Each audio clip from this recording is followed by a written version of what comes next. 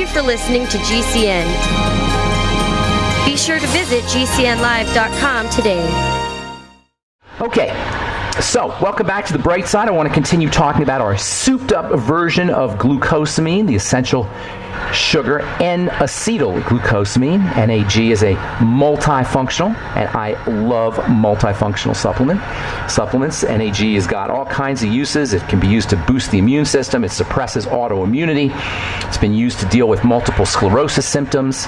It's a precursor to other substances. It helps you build cartilage. It's important for the digestive tract. I'm talking multifunctional here, folks. If you're dealing with leaky gut syndrome, or if you have stomach ulcers, it has skin lightening properties. It can be thought of as an anti-aging skin supplement, anti-wrinkle supplement. From the Journal of Cosmetic Science, July 2009, we learned that NAG improves the water content of the skin and can also improve skin moisturization. Even more spectacularly, according to authors of this study in the Journal of Cosmetic Science, NAG can actually be used as an alternative to alpha hydroxy acids. AHAs, alpha hydroxy acids, as we've talked about many times on this program, have really revolutionized the world of skincare. Although skincare professionals and dermatologists have known about alpha hydroxy acids since the 1960s. That's when a guy named Eugene Van Scott, a dermatologist, Dr. Eugene Van Scott in Philadelphia, started publishing papers on the anti-wrinkle properties of alpha hydroxy acids, anti-aging properties, general skin rejuvenation properties. It wasn't really until the 1990s that alpha hydroxy acids became really popular. And I recommend everybody uses them if you can. Now, some people can. If your skin is thin or if it's sensitive, you may have a problem with alpha hydroxy acids. Although I will say that even if you have a problem with alpha hydroxy acids when you initially start using the AHAs, over the course of time, your skin may get resilient or robust enough that it can handle the alpha hydroxy acids, and that's what you're looking for. You want to have skin that's hardy enough, that is strong enough to be able to handle stimulation. If your skin is sensitive or your skin is thin, you can work your way up into using alpha hydroxy acids. But if you can't use AHAs, you don't want to use AHAs, they're too stimulating for you, it's unfortunate because there's not a lot of ingredients you can use to get these kinds of benefits, these skin rejuvenation benefits, and that's where NAG comes in. NAG is a polyhydroxy acid. It's not an alpha hydroxy acid, it's a polyhydroxy acid. It's a bigger molecule, as we've said. And according to the researchers writing in the Journal of Cosmetic Science, NAG applied topically not only can improve skin moisturization, but it also can decrease skin flakiness. It can also have some exfoliation and stimulating effects. These are all the same benefits that you would expect to get from alpha hydroxy acids, from glycolic acid, lactic acid, malic acid, acetic acid. There's a bunch of AHAs. Apple cider vinegar, by the way, is around 5% alpha hydroxy acid. So if you want a mild alpha hydroxy acid stimulation, get yourself a bottle of organic apple cider vinegar. You get about 5% acetic acid, plus you'll get minerals, potassium in there. You get vitamins, enzymes. Apple cider vinegar is awesome stuff, and you can use it topically as an alpha hydroxy acid, as a skin rejuvenation stimulant. If you don't want to use acetic acid or apple cider vinegar, you don't want to use alpha hydroxy acids, try some NAG. Break open an NAG capsule, put it in some water, stir it around.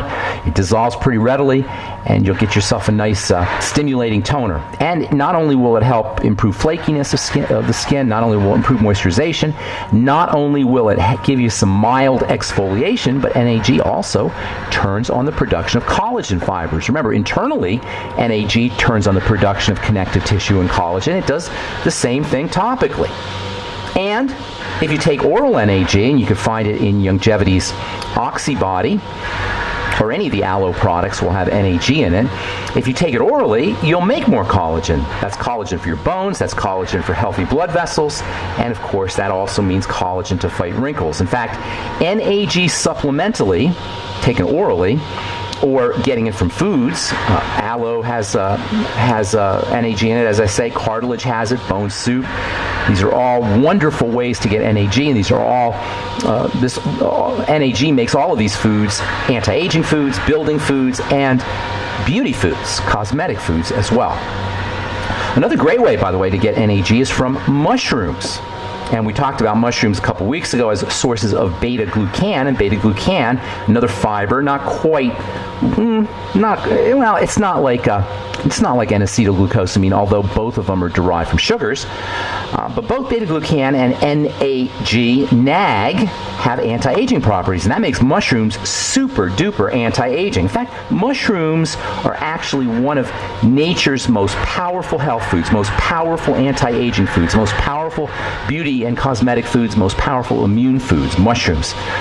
They've been used as medicine for thousands of years in the East, in China specifically, but mushrooms are just wonderful anti-aging foods. And they're also ketogenic, by the way. They're also real effective on the ketogenic diet. They're filling, and they're a good source of protein, good source of vitamin D. A mushroom is like a cross between an animal and a plant. So a lot of the things that are only found in plants are found in mushrooms, such as fibers like beta-glucan. And a lot of things that are only found in animals are also found in mushrooms, things like vitamin D and vitamin A. So actually, I don't know how much vitamin A is in a mushroom, but there's certainly vitamin D in mushrooms. Mushrooms are super power foods. I consider them to be power foods on par with algae and chlorellas and organ meats and dairy. Another study, this one from the Journal of Cosmetic Science, October 2013, scientists showed that the cells that make collagen, they're called fibroblasts, are activated by NAG. They concluded that NAG may be, quote, important for prevention of age-dependent changes in the fibroblast, and that's in terms of function and structure, unquote. And I want to talk a lot about the fiber. I'm going to talk some about the fibroblasts here because they're super important when it comes to anti-aging. We know about them in skincare, but a lot of folks don't know about them when it comes to building bone and other tissue. We'll talk about that when we come back from our break. I'm Pharmacist Ben. All right, we'll get your calls here momentarily, so hang tight. If you're on hold, a couple more things I want to say about, a lot I want to say about aldosterone. Tomorrow we'll tell you how you can lower your aldosterone on your own. Of course, reducing stress. That's a key factor. Aldosterone is a stress hormone. Doctors are mystified. I mean, it's funny, but it's not really that. It's not ha-ha funny. It's sad funny. Doctors are just mystified. Why would stress levels go up? Well, let me clarify it for your doctor. Stress hormone goes up when we're under stress. Lack of oxygen, lack of nutrition, the mighty 90 essential nutrients, elevated toxicity, and that includes sugar. These all represent an emergency to the body. They represent a survival threat, and the body and the genes respond accordingly. Hormones don't just go up for no reason. Stress hormones just don't wildly elevate on their own. Genes don't just mutate on their own. Psychological stress, mental stress, emotional stress, the genes respond accordingly. Physical stress, the genes respond accordingly. The genes aren't mutated. That's an ugly word. Mutated means they're contorted, they're perverted. They've just twisted. They just got ugly all of a sudden. They're not mutated, they've just changed to handle the stress. The problem isn't the genes causing the elevations in the stress hormone, it's the survival threat. The survival threat is the primary cause. It's not primary aldosteronism, it's primary stress. Why is this so hard for our medical people to understand? And again, stress is physical, stress is emotional, stress is psychological, stress is spiritual, stress is multidimensional. And it's really, as we've said, and I don't want to confuse the issue, it's really the response to stress. It's not the stress itself, it's how we respond to the stress that's the problem. The genes haven't mutated, they've just changed. They've just responded. Now, if you skip that step, if you skip the stress step, that's our control point via our lifestyle, and you go right to the gene, now we're stuck with drugs. Now we have no option because the gene is just crazy. Now we don't have any control. It just changed. Now we got nothing to do with it. We're not responsible, of course. We don't have to blame ourselves because our genes are just stupid. Our genes are just dumb. They just changed on their own. Now we're stuck with the medical model. Now you're stuck with genetic therapy. That's the latest. It's going to be genetic therapy. And why genetic therapy? Who controls genetic therapy? Your doctor, the drug companies. Again, taking the power away from us and putting it in some authority medical model higher power that's not God. Not only is this idea of blaming genes nonsense, but it's actually dangerous. And for the medical model, it's self-serving. We're all potentially sick, according to the medical model. We're all diseases waiting to happen. which means we're all patients in waiting. We're all potential customers because we're all mutated and we're all sick. This aldosterone mechanism, by the way, is how your ACE inhibitor drugs work. Losartan, Cozar, Prinavil. This is how they exert their antihypertensive effects. Aldosterone secretion is triggered by something called ACE, ACE, and ACE inhibitor drugs inhibit ACE, as the name is as implied in the name. An ACE inhibitor drug inhibits ACE, that shuts down aldosterone. This is how the medical model works. Never mind that aldosterone has been evolved to take care of our stress, to raise blood pressure in an emergency. Shutting down ACE inhibiting, no aldosterone, no salt in the blood, lower blood pressure. The problem is for ACE to be inhibited, it has to be poisoned. This is how drugs work. Drugs don't magically just work. They poison the system. And this is true anytime you hear the word inhibitor or blocker or anti in the classification of a drug. ACE inhibitors, beta blockers, calcium channel blockers, anti-inflammatories, anti-hypertensives. Whenever you hear these words that imply some kind of negative activity, anti or blocking or inhibition, you're dealing with poison, period. Not poetically, not rhetorically, not hyperbolically, literally. You're dealing with a poison. Now, of course, all drugs are poisons, but the most egregious ones are the ones that have the designation poison right in the name. Inhibitor, blocker. How do you think something blocks? How do you think a chemical blocks biochemistry in the body? It doesn't just ask it nicely. It poisons it. In the case of ACE inhibitors, what's occurring is the body is kicking in with a stress response, and so you're inhibiting the body's ability to handle stress. You're inhibiting the body's ability to handle emergencies. You're suppressing the emergency or the stress response. Now, I'm just a pharmacist. I'm nowhere near as smart as your doctor, who, of course, went to medical school. I'm only a pharmacist, but it seems to me that if we have an elevated stress response, if we have an emergency response, maybe we should be checking on what the body is perceiving as a survival threat, rather than shutting down the body's ability to respond to the survival threat via a poison. And because the emergency usually involves reactions to foods or incompletely digested foods of some sort, digestive issues, high blood sugar, low levels of oxygen, what it means is that we can probably address our stress issues and our high blood pressure issues and our elevated aldosterone issues and our elevated stress hormone issues ourselves without our doctor. Now, I didn't go to medical school. I'm not as smart as your doctor, but that's just what it seems to me. If you got elevated stress hormones, it seems to me maybe we could figure out what the stress is and reduce it. Food, digestion, blood sugar, respiration. As always, the best ways to take care of our chronic health issues involve our lifestyle choices. Now, aldosterone is a fluid and salt control hormone, and this link to salt is really, really important because there's a clue there. The link that aldosterone has to salt is our clue to lowering aldosterone levels, and there's an incredibly easy and important strategy, way to naturally lower your aldosterone levels without ACE inhibitor drugs, without genetic therapy, without having to worry about any of the tools or devices or pharmaceutical interventions that the medical model uses. We'll talk about that tomorrow on the bright side as we continue talking high blood pressure and the adrenal glands, all as it relates to the skin and hyperpigmentation. I haven't forgotten about the skin. We're going to be talking lots about hyperpigmentation, dark spots, and ways that you can reduce dark spots on your own, at home, using simple cosmetic or topical skin health strategies. We'll talk about that tomorrow and in the coming days on the bright side. Okay, 844-236-6010 is our number. I'll see if we can get one call in before we go to break. Maria in Florida, what's up? Welcome to the bright side.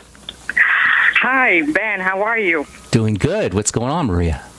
Oh, my God. This mouse thing is driving me crazy. Oh, I talked to you. Did I talk to you last week? We tried, but it went off, so you told me to call you again. Okay, hang on, Maria, because I got a break, and then we'll get you first up when we come back, so don't go away. All right, if you're on hold, we'll get to you as well. I'm Pharmacist Ben. You're listening to The Bright Side. We're talking to Maria in Florida about burning mouth syndrome. Correct, Maria? Is that right? I think that's what it is. It's really dry right now. Is it for you? Or my lips. Okay. It burns on the tongue and in the upper part of your mouth kind of thing? That happened at the very beginning, like for 2 excruciating days. Oh, that's awful. And then after that, it just comes and goes, but more like dry, like my tongue. And I became even afraid to eat. And I've been trying to eat as healthy as possible. I joined Longevity a couple of weeks ago. I bought the digestive pack. I started that like maybe roughly 2 weeks ago. Did I tell you about that? How did you know about that? To use digestive I've been listening to you. Okay, good for you. Good for you, Maria. Okay, well, let me tell you. First of all, let me tell the listeners, you can't think of anything more miserable. There's a lot of miserable things that can happen to the body. But I'm telling you, if you can imagine the misery of having a scalding, burning tongue and mouth, it is just agony beyond description, as I'm sure you know, Maria. I don't have to tell you, but for the listeners who haven't heard of this before, it's called burning mouth syndrome. It depresses me at times and everything, and I'm very, I go in and everything. And well, here's the problem with burning mouth syndrome, okay, or with treating burning mouth syndrome. Doctors and patients, understandably patients, not understandably doctors, think that that's the problem. It's not the problem, Maria. It's a sign of the problem. You can't treat signs. You can only treat problems. Do you follow me? The burning mouth syndrome is the result of something. It's the end result of something. Once you have the burning mouth, as miserable as it is, you can't do anything about it. Where you have power is over the cause. Do you know that most people who have burning mouth syndrome are women, especially postmenopausal or menopausal women? I read a little bit about it could be hormonal. Yes, exactly. I'm 54 You're right around menopause or postmenopausal. Yeah. These are you're the most likely suspect when it comes to patients. When it comes to likely patients, it's you. So what does that tell you? Well, it tells you there's an involvement with female hormone estrogen. Now, keep in mind, men make estrogen too. It's not just a female hormone, but women make more, so they're going to be more likely to have burning mouth syndrome. And really, all inflammatory issues tend to affect women more than men. Autoimmune issues tend to affect women more than men. And all of these are related to the inflammatory effects of estrogen, and more so than just estrogen, poorly processed estrogen. Estrogen is processed and metabolized and cleared out of the body through the digestive tract, through the bile in the gallbladder, through the liver, through the intestines. So and gallbladder. Well, bingo. Right there you can see a problem with estrogen. And guaranteed, by the way, nobody just has burning mouth syndrome. Maria, you have had to have had a problem with menopause, menstrual problems when you were bleeding, or some kind of female reproductive issues, correct? When you were younger. Anything? Actually, I have pretty decent. You don't know that. You don't know that. You couldn't have burning mouth syndrome. What else do you have going on? What other health challenges do you have? Is that the only one? Oh, no. I changed my whole lifestyle and I started listening to No, sweetheart. Anyway. Maria. Diabetes, pre-diabetic. Okay. And high cholesterol. All of it. And all this when I thought that I was like eating the healthiest diet in the Exactly. world. I started eating meat again. I quit all wheat. Because we don't, what we think is a healthy diet isn't. And this is why when people tell me, I eat. Exactly. We don't know. We just know what CNN tells us. And we know what our doctor tells us. Neither of which are good sources for health information. Not CNN and not the doctor. And by the doctor, I mean the medical model. And by CNN, I mean the mainstream press. Yeah. So here's the deal. Burning mouth syndrome is, I'm going to cut to the chase, okay? I'm going to make it very simple. Burning mouth syndrome is inflammation in the nerves of the tongue and the mouth. There's lots of nerves in your tongue and your mouth. Okay, there's only a couple places that have more nerves than your tongue and your mouth. So burning mouth syndrome is a tongue and involves inflammation in the tongue, nerves of the tongue and the mouth. Inflammation means attack. Something is attacking your body. Food, digestion, and a lack of oxygen are the three things that you want to address. And, of course, the mighty 90 essential nutrients. If you have digestive issues, you must have them or you would still have your gallbladder. So when you have your digestive issues, I'm not going to say if you have them, I'm going to say when you notice them, link those to foods. If you're constipated, which is more likely than diarrhea or loose stools. Very constipated. Okay. Now we're talking here, all right? Nobody's going to think to link your constipation to your burning mouth, but that's a key piece of information. You can't control the burning mouth, but you can control the constipation. Do you see? You see how much more powerful you are now that you made this connection? Burning mouth is like, what am I going to do? How am I going to take care of this? Constipation you can take care of. Constipation is a digestive health issue. It involves weakness in the intestines, and it involves stress in the intestines. So what it means is you got to start looking to foods. I'd be fasting and doing a food diary right away. And by the way, when you fast, you're going to notice, if you have burning mouth issues, you're going to notice that they subside. You absolutely 100% need to be addressing your hormones. I'd be using progesterone cream. I'd be doing it today, or maybe pregnenolone capsules. Probiotics are a must-have for all female hormone issues, for everybody really, but especially if you have estrogen issues. Please don't underestimate the importance of the connection or the relationship between good bacteria and estrogen processing. Estrogen is really dangerous stuff if it's not processed correctly.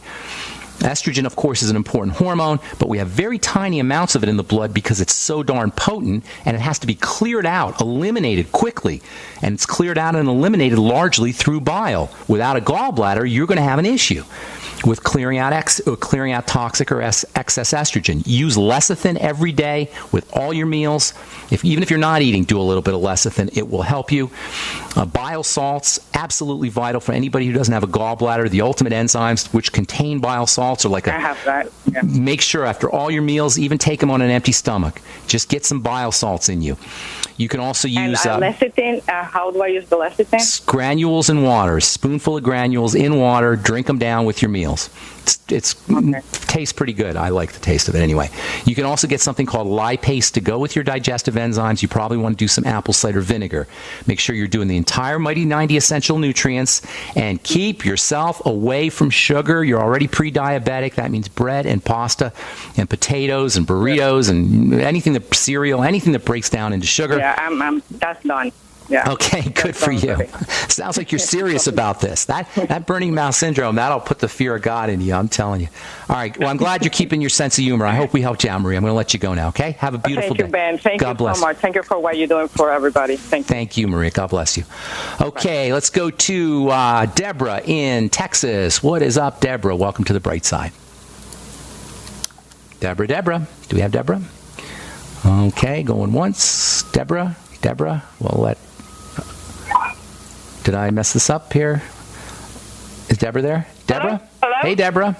Hey! Sorry. Oh, God. Sorry about that. No, not again. Okay.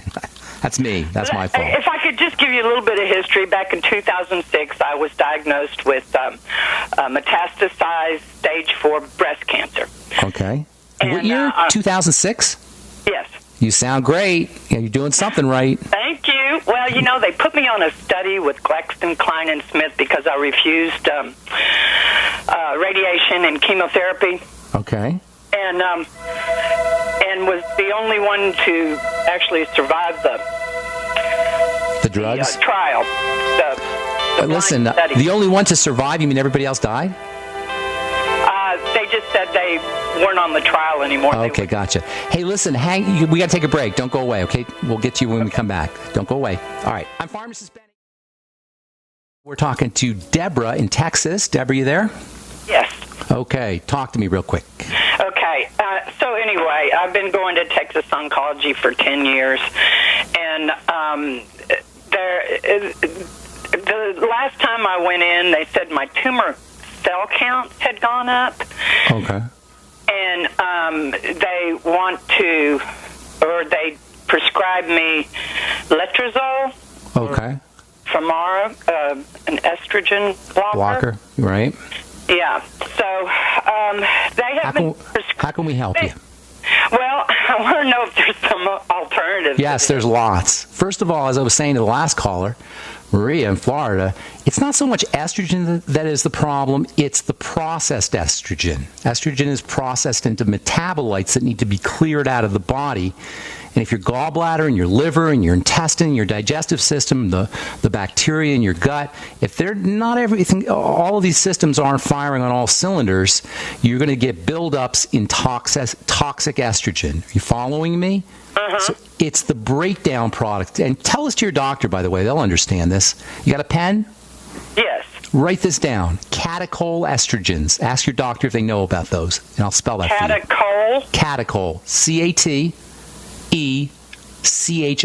Catechol estrogens. These are breakdown products, intermediary products of estrogen processing that build up when your gallbladder is messed up and your digestive system in general, including your liver, is messed up. Are you with me? Yeah. Deborah, you have to have had digestive issues. Okay? You know this? No. Okay, well, look for them. It has to do with how you're processing fats and how you're processing foods in general, but especially fatty foods. No issues with the gallbladder or liver that you know of? I mean, No, all those, when they do those blood labs on me, all that stuff comes out real good. No, it doesn't matter the blood labs. It matters what happens when you're in the bathroom. It matters what happens when you're sitting at home, when you're not doing anything. You don't need a blood lab. You need to check your bowel movements. 4 to 5 times a day. Well, that's not necessarily a good thing. I can't tell you. It could be loose. You could be losing nutrients. I can't tell you. No, it's not loose. Okay, well then cramping or bloating or discomfort of some kind, you got to look for it, and especially linked with fats. In addition to that, you want to make sure you're using the best probiotic supplement you could find in addition to fermented foods. Okay, this is how you clear estrogen out. All right, I'm going to tell you some blockers in a second, but right now we want to get you to clear out the excess estrogen, the catechol estrogens. All right, you with me? Yes. Okay, probiotics and fermented foods and anything you could do to support bile. Get on the ultimate enzymes, start using extra bile salts. There's a couple of amino acids that can help you make bile. One is called glycine, another one is called taurine. You might want to start using those. Apple cider vinegar after all your meals as well. In terms of estrogen blockers, and there's a few of them that are non-pharmaceutical, a couple of interesting ones are DIM and I3C. Okay, but find both of those in a health food store. DIM is actually made by a guy in Boulder here, and I3C is another one. You can find both of those, as I say, in health food stores. Chrysin, CHRYSIN, is also helpful, and then vitamins A and E both have some estrogen blocking effects. Again, they're fatty hormones, and whenever I hear of an estrogen problem, I think of problems with fats. So you may be deficient in these very important vitamins. 20,000 IU of vitamin A, and then also about 400 to 800 IU of vitamin E. Zinc is also helpful. 50 milligrams of zinc picolinate. You probably want to get on the Fucoid Z as well. And, of course, the Healthy Start Pack, that goes without saying. Focus on fats, focus on digestion, and focus on estrogen blocking, anti-estrogen. Last but not least, pregnenolone capsules and or progesterone cream might be helpful for you as well. All right, there's lots more, but that's a great place for you to start. Okay, Deborah, I'm going to let you go. Thank you so much for the call. God bless you. Good luck with everything. All right, Robert in Nevada. What's up, man? How you doing? Farms has been a few. Thanks for taking my call. Appreciate it. Sure. I just made my first foray into juicing yesterday morning. Okay. What did you juice? Nice little. I'm sorry. What did you juice? Yeah, I took a good-sized cucumber, 2 small carrots, a little bit of water, and too much salt, and mixed it up. Tastes pretty good, but here's the thing. I about had a reaction to it. I couldn't stay off the toilet. So I guess my big question is, did my body just freak out with that juicing going through that? What happened? Too much stuff, plus all the fiber in the juice. So you may want to reduce the concentration of the juice, dilute it with water, or just do less and then build yourself back up. And then you may want to consider using some enzymes as well with the juice, especially if you have a history of digestive issues. You may not have enough enzymes, but you may have. It sounds to me like you did a little bit too much fiber, and then you may also want to make sure that you're using some fermented foods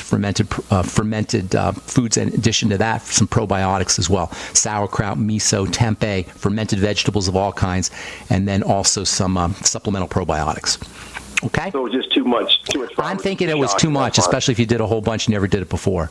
That sometimes happens with seeds, with flax seeds. If people start doing flax seeds, that sometimes happens. By the way, for the estrogen folks, flax seeds and all fiber can help you clear out excess estrogen too.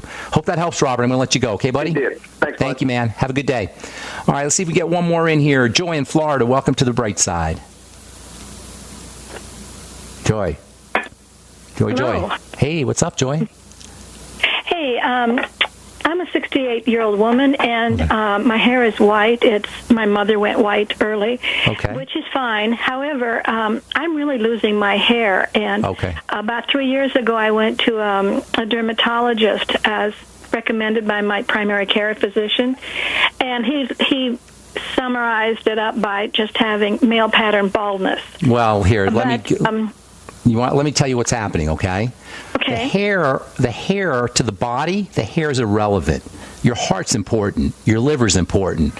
You know, your lungs are important. Your internal organs are important. But the nails, the skin, and the hair, they're less important. So under conditions of deficiency, under conditions of stress, your body will harness or shunt nutrients to the core of your body and away from your hair and away from your nails and away from your skin. This is why a good healthcare professional will always look at somebody's nails. The nails grow faster than any other part of the body. The hair also grows fast. So the hair and the nails and the skin are the first place the body will take nutrients away from, and this is why hair loss occurs. Now, the thyroid is involved and hormones are involved, but the most important consideration is something burdening the body, and that includes a lack of nutrition. You follow me, Joy? Absolutely. Okay, so what you want to start to do is you want to start to look for places in the body where you can control. You can't control the hair loss, but you sure can control your sugar, and you sure can control your oxygen, and you sure can control your foods, and you sure can control your nutrients. So as with all health challenges, this is so simple, you guys. One day, I'm just going to be off the air because everybody's going to finally get it. I'm not necessary here. I'm telling you, Joy has the same problem that everybody has when they have a health challenge. Lack of nutrition, a buildup of toxicity, and that includes sugar when I say a buildup of toxicity, and then issues with oxygenation, and that, and of course, psychological and mental, that goes without saying. So here's what you want to do. Number one, focus on your foods. Look for problems with foods. If you think you have great digestion, it's probably unlikely, but that's not going to help you. You want to find problems. You want to look for places that you can solve. Do a food diary. Keep track of all the foods you eat and how you respond to those foods.